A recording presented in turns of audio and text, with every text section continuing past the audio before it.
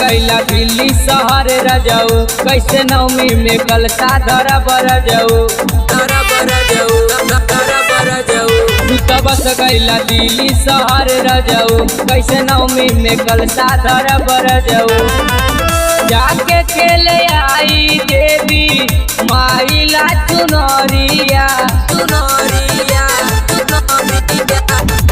अवतारी घरे अपना, अवतारी घरे अपना देव के दुलरिया राजा। अवतारी घरे अपना देव के दुलरिया राजा। देव के दुलरिया राजा, अवतारी घरे अपना, घरे अपना।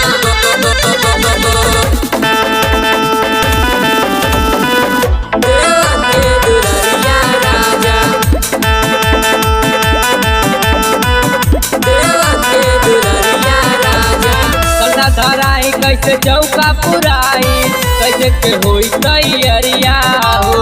दिया ढकनिया कपूर अगरबत्तिया के जाई पीने बजरिया हो, के जाई पीने बजरिया हो।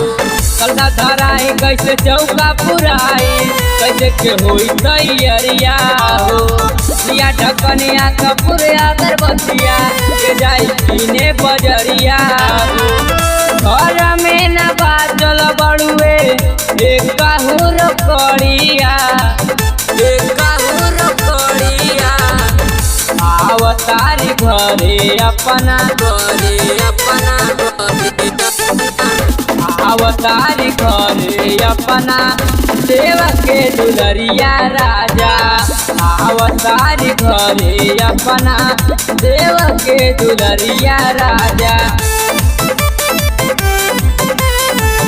देव के दुलरिया राजा, अवतारी घरे अपना, घरे अपना।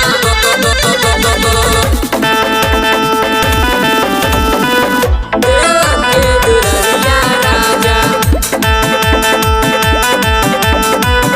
देव के दुलरिया राजा। पवन विकास राज शर्मा देवरवा मानत नइखे कहनवा हो। कौनो सामान दिले आवे के कही गज तबावे पहनवा हो, गज तबावे पहनवा हो। पवन विकास राज शर्मा देवरवा मानत नइखे कहनवा हो। कौनो सामान दिले आवे के कही गज तबावे पहनवा हो। आजना पुजारी छोड़ दे बम्बई सहरिया, बम्बई सहरिया। अवतारी घरे अपना, घरे अपना। अवतारी घरे अपना देव के दुलरिया राजा। अवतारी घरे अपना देव के दुलरिया राजा। बस गईला दिल्ली शहर रजऊ, कैसे नवमी में कलसा धरा बरजऊ। जाके खेले आई देवी माइला चुनरिया, चुनरिया।